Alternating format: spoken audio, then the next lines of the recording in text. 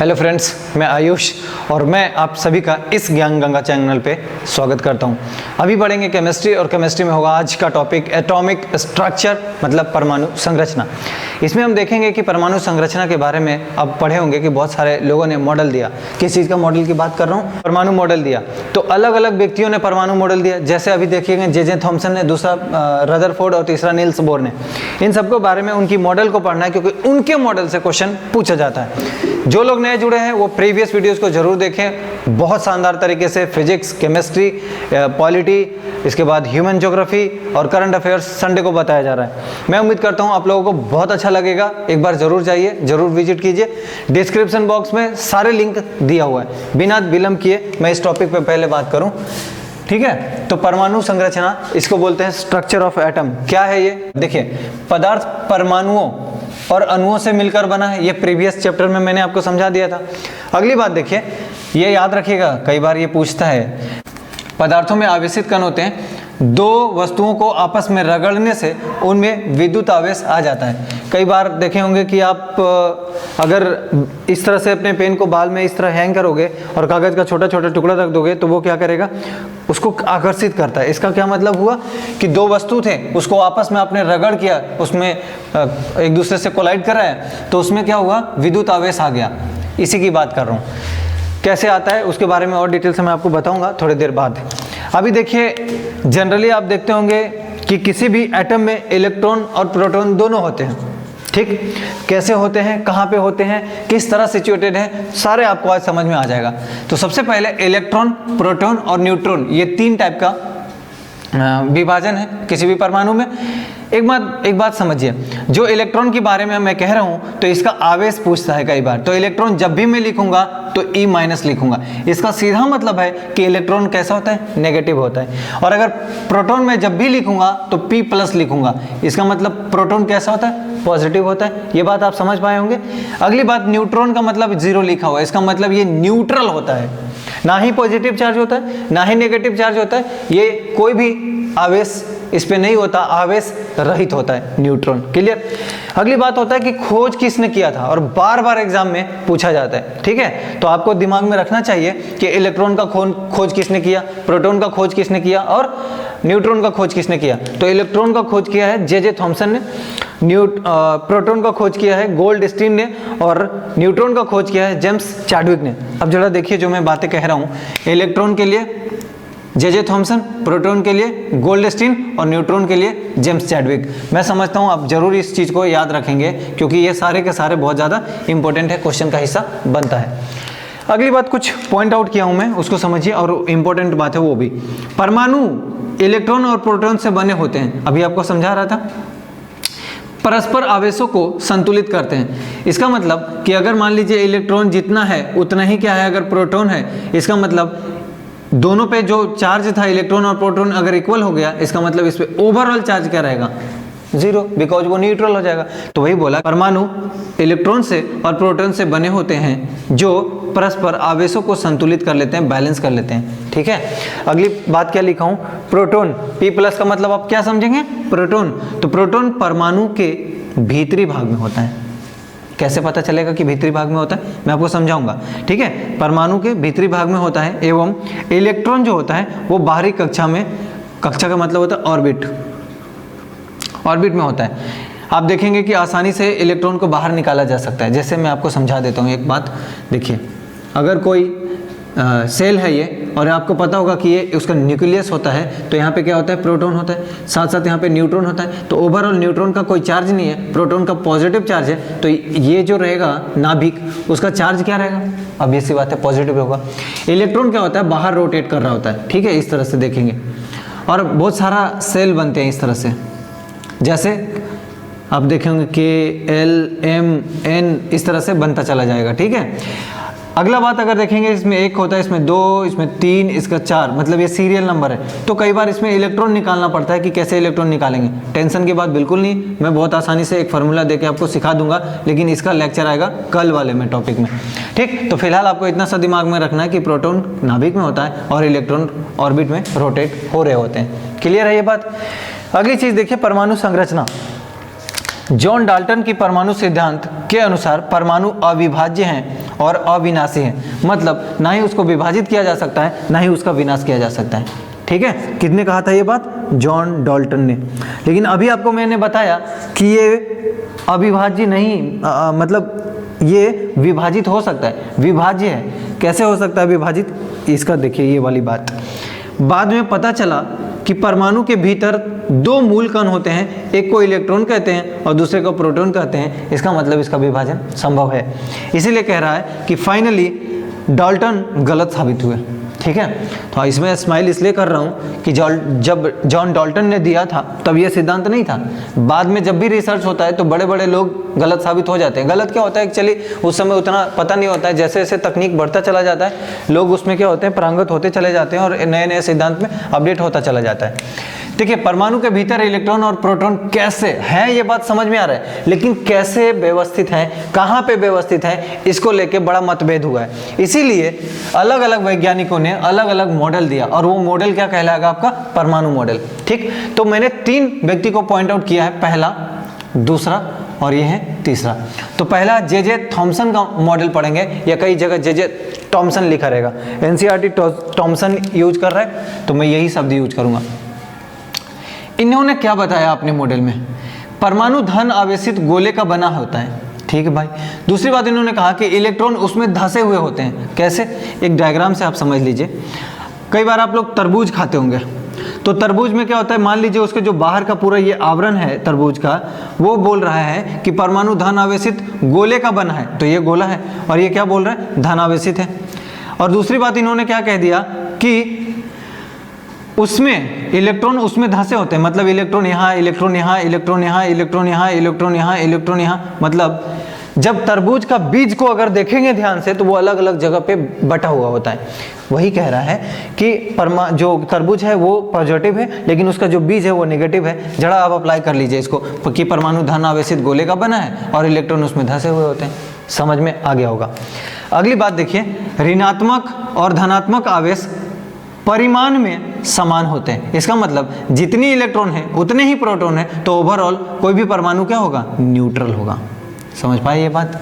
ठीक है, इसीलिए बोल रहा है परमाणु विद्युतीय रूप से न्यूट्रल होता है, उदासीन होता है। ठीक है, अगली बात देखिए, रदरफोर्ड काफी इंपॉर्टेंट है भाई, काफी ज्यादा इंपॉर्टेंट है रदरफोर्ड का मॉडल, और आपको इस पर बहुत गौर फरमाने की आवश्यकता होगी। तो सबसे पहले बोला कि नाभिकीय भौतिकी का जनक कहा जाता है इन्हें। क्यों कहा जाता है? क्योंकि परमाणु के नाभिक की खोज इन्होंने ही की थी। परमाणु के नाभिक की खोज की इन्होंने, और उन्होंने बताया कि परमाणु में एक नाभिक होता है जो कि पॉजिटिव होता है, प्रोटॉन होता है उसमें। तो इसी वजह से इनको क्या बोलते हैं? नाभिकीय भौतिकी का जनक कहते हैं। ये बात दोनों इंपॉर्टेंट है, ये भी और ये भी। अगली बात, इसी वजह से उन्हें 1908 में नोबेल प्राइज दिया गया। बहुत बड़ी प्राइज होती है। ठीक है, अगली बात, इन्होंने क्या मॉडल दिया? देखिए, मॉडल इन्होंने दिया कि तेज गति से चल रही अल्फा कण, इस पे गौर फरमाइएगा, ये बहुत इंपॉर्टेंट है। अल्फा कण को सोने की पन्नी से अर्थात गोल्ड फॉइल से टकराया जाता है। उन्होंने क्या किया? अल्फा पार्टिकल को लाया और सोने की एक पतली प्लेट थी, प्लेट क्या बोलूं, फॉइल, बल्कि एकदम जैसे घरों में आप लोग एल्युमिनियम फॉइल यूज करते होंगे उसी तरह से पतली, और अल्फा पार्टिकल का उस पर बम्बार्डिंग कराया। तो उसमें क्या हुआ कि कुछ पार हो गया सीधा सीधा, और कुछ डेविएट हुआ, और कुछ सीधा वापस लौट गया। मैं एक डायग्राम से आपको बहुत शानदार तरीके से जरूर समझा पाऊंगा। देखिए, मान लीजिए यहाँ से अल्फा कण ये जा रहा है, सारा ही अल्फा कण है। ठीक है, तो इस तरह से क्या हुआ, कुछ पार हो गया सीधा सीधा। लेकिन आप देखेंगे ब्लू कलर वाले का, तो ये क्या हुआ? डेविएट कर गया। समझ पा रहे हैं? इधर से गया, इस तरह से डेविएट कर गया। यहाँ पे देखिए डेविएट कर गया। और एक जो ये डीप लाइन जो ब्लैक वाला देख रहे होंगे, ये गया, टकराया और वापस उसी एंगल से लौट गया, उसी 180, मतलब कह सकूं तो 180 डिग्री से लौट गया। ऐसे गया और इसी रास्ते से ऐसे आ गया। तो एक बात पता चला कि लौट क्यों गया और डेविएट क्यों गया। अल्फा कण के बारे में पहले समझिए, फिर यहां पे आइएगा तो बहुत ज्यादा आपके लिए सरल हो जाएगा वो बात। देखिए, पहली बात, अल्फा कण He++ होता है। इसका मतलब द्विआवेशित होता है, क्योंकि दो आवेश है मेरे दोस्त, प्लस प्लस, क्लियर। द्विआवेशित हीलियम कण कहलाता है। दूसरी बात, ये धनावेशित कण होता है। तीसरी बात, इसका द्रव्यमान को लेकर 4 ग्राम होता है। और ये सारी चीजें आप समझ पा रहे हैं। द्रव्यमान पहले ही बता दिया, धनावेशित आपको दिख रहा होगा प्लस है, और द्विआवेशित है क्योंकि 2 चार्ज है। सिंपल। अगली बात समझिए, जब अल्फा पार्टिकल डालेंगे और प्रोटॉन बीच में है और प्रोटॉन उसको डिफ्लेक्ट कर दे रहा है, इसका मतलब कहीं ना कहीं वहां प्रतिकर्षण हो रहा है। अगर आकर्षण होता तो खींचता ना, लौटा क्यों दिया? मतलब प्रतिकर्षण हो रहा है, और प्रतिकर्षण हो रहा है, इससे सीधा साबित होता है कि न्यूक्लियस पॉजिटिव है। तो मैं अब क्या बता रहा हूं कि यहां से जब गया और डेविएट हो गया, तो इनका जो ऑब्जर्वेशन था उन्होंने क्या बताया कि तेज गति से चल रहे अधिकतर अल्फा कण गोल्ड फॉइल से सीधे निकल गए। जो निकल रहा है वो ब्लैक वाला देखिए 3 ऊपर, और ये देखिए ब्लू कलर के 3 नीचे, सीधा निकल गया। लेकिन ये कहता है अगली बात में कि कुछ अल्फा कण गोल्ड फॉइल से बहुत छोटे कोण से, छोटा सिलिकॉन से डिफ्लेक्ट हो गया, विक्षेपित हो गया, जो कि ब्लू कलर वाला आपको दिखा रहा है। नेक्स्ट बात अगर मैं कहूं, प्रत्येक 12,000 कणों में से एक कण वापस आ गया। इसका मतलब जो सीधा उस पर स्ट्राइक किया वो वापस उसी रास्ते में लौट गया। तो ये तीनों बातों से आपको एक बात समझ में आएगा कि जो इसका पहला वाला था, इसका कंक्लूजन जो पहला आएगा मेरे दोस्त, परमाणु के भीतर अधिकतर भाग खाली है, इसीलिए तो सीधा पार हो गया। क्लियर हुआ ये बात? अगली देखिए दूसरी बात क्या कहते हैं कि बहुत कम कण विक्षेपित हुए। इससे पता चला कि परमाणु में धनावेशित भाग है किंतु बहुत कम है।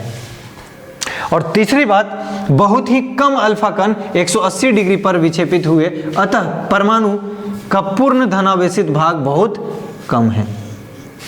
धनावेशित भाग है लेकिन क्या बोल रहा है, बहुत कम है। ठीक, इसके बाद आप देखिए नाभिक की त्रिज्या परमाणु की त्रिज्या से 10⁵ टाइम्स छोटा होता है। इस बात को आपको जरूर समझना चाहिए।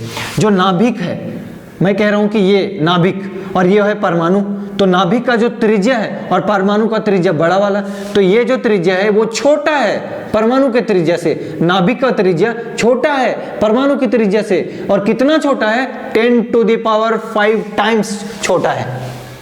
दोस्त बहुत इंपॉर्टेंट बात है ये, और मैं चाहता हूं आप इसको हमेशा के लिए याद रखें। क्लियर है? नेक्स्ट चीज देखिए, जो अगली मॉडल बचा हुआ है वो उनका है नील्स बोर का परमाणु मॉडल।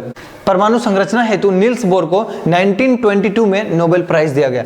ये परमाणु संरचना कल मैं काफी डिटेल से बताऊंगा, इलेक्ट्रॉन क्या है, प्रोटॉन क्या है, न्यूट्रॉन क्या है, साथ साथ किस तरह से वो बिहेव करेगा, साथ साथ देखेंगे समस्थानिक क्या है, संभारिक क्या है, आइसोटोन, आइसोटोप, आइसोबार, सारी कंसेप्ट कल क्लियर करा दूंगा। साथ साथ इलेक्ट्रॉन कैसे डिस्ट्रीब्यूशन किया गया है, कौन कौन सा सेल होता है, कौन कौन सा सब सेल होता है, सारी नॉलेज आपको कल मिलेगी। तो फिलहाल नील्स बोर के बारे में बताऊं कि रदरफोर्ड की मॉडल में सुधार किया गया, और उन्होंने क्या बताया, आखिर रदरफोर्ड की ऐसा क्या गलती थी जिसे नील्स बोर फाइनली आकर सुधारेंगे। तो रदरफोर्ड की मॉडल में सुधार किया, क्या सुधार किया, इन्होंने एक नया चीज आकर बताया कि परमाणु स्थिर है। अकॉर्डिंग टू रदरफोर्ड परमाणु स्थिर नहीं है, लेकिन जब नील्स बोर ने अपना मॉडल दिया तो इससे लोगों को पता चला कि परमाणु स्थिर है। तो सबसे पहले नील्स बोर जब आए तो रदरफोर्ड के मॉडल में थोड़ा सा एक सुधार किए, और इन्होंने 2 बात और जोड़ा। क्या? कुछ इलेक्ट्रॉन, मतलब कुछ इलेक्ट्रॉन निश्चित कक्षाओं में ही घूमते हैं, जिसे इलेक्ट्रॉन की डिस्क्रीट ऑर्बिट कहते हैं। ठीक, अगली बात उन्होंने बताया कि जब इलेक्ट्रॉन इस डिस्क्रीट ऑर्बिट में घूमते हैं तो उसकी ऊर्जा का विकिरण, रेडिएशन नहीं होता है। इसका मतलब जब वो रोटेट हो रहे होते हैं तो उसका रेडिएशन नहीं होता है, उसका एनर्जी का रेडिएशन नहीं होता, मतलब लॉस नहीं होता। लेकिन अब देखेंगे बाहरी कक्षा में जब हाइजेनबर्ग का प्रिंसिपल पढ़ेंगे तो वहां पे कुछ ऐसा देखने को मिलेगा, फिर इसमें संशोधन होगा। तो संशोधन, परिवर्तन ही संसार का नियम है दोस्त, होता रहता है। नील्स बोर का 3 किताबें हैं जो कई बार एग्जाम में पूछ लिया जाता है कि इसका राइटर कौन है। जैसे एटॉमिक थ्योरी उन्होंने दिया, दूसरी बात the description of nature book इन्होंने ही लिखा, अगली और अंतिम the theory of spectra and atomic constitution book इन्होंने ही लिखा। इसका मतलब ये 3 किताबें और ये इनकी मॉडल। तो सबसे ज़्यादा जो इंपॉर्टेंट मॉडल है, सबसे ज़्यादा जिससे क्वेश्चन आते हैं वो है रदरफोर्ड का मॉडल, और थॉमसन में जो क्वेश्चन आएंगे वो पूछा जाता है कि थॉमसन का योगदान क्या है केमिस्ट्री में। ठीक, और बेसिकली इस टेबल को जरूर दिमाग में रखिएगा, इलेक्ट्रॉन, प्रोटॉन, न्यूट्रॉन का खोज किसने किया और चार्ज क्या होता है। हालांकि अभी जब मैं कह ही रहा था कि अगली वाली जैसी लेक्चर आने वाला है उसमें काफ़ी अच्छे से और भी चीज़ें आपको पढ़ने को मिलेगा, तो मेरे हिसाब से आपका डाउट नहीं बचेगा। फिर भी मैं एक नया चीज़ इनिशिएट किया हूँ टेलीग्राम पे। टेलीग्राम में आप जाइएगा, लिंक दिया हुआ है डिस्क्रिप्शन बॉक्स में, और ग्रुप को ज्वाइन कर लीजिए। जहाँ भी दिक्कत हो, 2 ग्रुप है, एक में तो आप मैसेज नहीं कर सकते, लेकिन उसके जस्ट बगल में देखेंगे तो जिस तरह से मैं बोल रहा हूँ समझिए एक बार। ये अगर आपका फ़ोन है तो आप देखिएगा इस तरह डिवीजन किया हुआ है, यहाँ पे लिखा होगा डिस्कशन। तो इस डिस्कशन में आप कुछ भी, अगर आपको कहीं भी दिक्कत है आप इसमें मैसेज कीजिए, मैं जरूर रिस्पांस दूंगा।